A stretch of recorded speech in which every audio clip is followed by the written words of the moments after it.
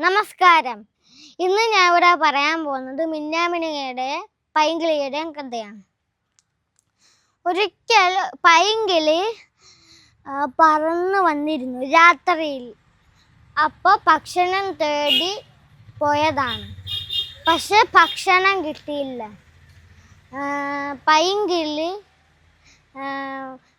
പൈങ്കിളിയുടെ മനസ്സ് പെടഞ്ഞുകൊണ്ടിരിക്കുമായിരുന്നു. അവരുടെ കുഞ്ഞുങ്ങളുടെ കാര്യം ഓർത്താണ് നെഞ്ചി പെടഞ്ഞുകൊണ്ടിരിക്കുന്നത്. അപ്പോൾ പുറയിൽ നിന്നു മിന്നാമിനുങ്ങ് നമ്മൾ വഴി കാട്ടിത്തരാമെന്ന് പറഞ്ഞു. അപ്പോൾ തിരിഞ്ഞു നോക്കി. അപ്പം കണ്ടത് മിന്നാമിനുങ്ങളെയാണ്. എന്നിട്ട് മിന്നാമിനുങ്ങൾ അവരുടെ നാട്ടിൽ കൊണ്ടെത്തിച്ചു. പിന്നെ നന്ദി പറഞ്ഞു. പിന്നെ അവർ സന്തോഷവാനായി. നന്ദി, നമസ്കാരം.